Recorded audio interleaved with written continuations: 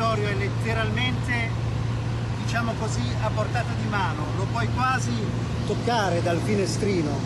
È un sistema di visitare il territorio e di capirlo veramente che possiamo dire tranquillamente non ha pari.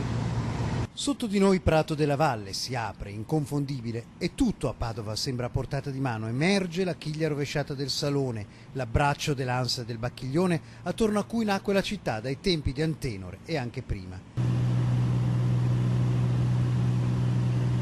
In un attimo, 2 virate e si è di fianco ai colli Euganei, alla rocca di Monselice, e basta gettare uno sguardo un po' al di là che appare la bassa, i suoi campi, le sue strade dritte, non mancano i capannoni.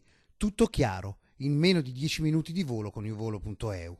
In Italia si deve sicuramente sviluppare questa idea di turismo. Sono d'accordo sul fatto che gli italiani spesso e volentieri vedono l'aereo solo come un mezzo di spostamento. Noi vediamo l'aereo che oltre a un mezzo di spostamento è un mezzo che è in grado di regalare emozioni. Se voi ci pensate quando andate negli Stati Uniti o in altri posti, la prima cosa che cercate di fare è il volo sul Grand Canyon, no?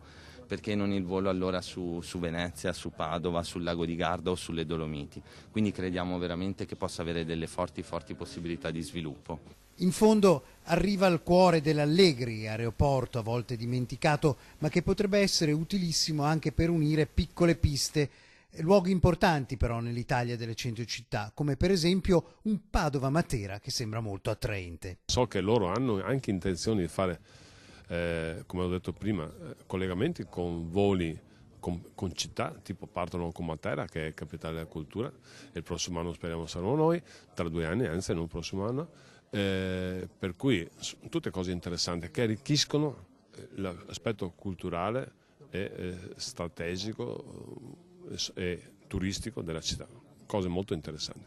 Si atterra, si passa il Bacchiglione e in un secondo si tocca l'asfalto. Non si deve andare in centro città perché si è già in centro.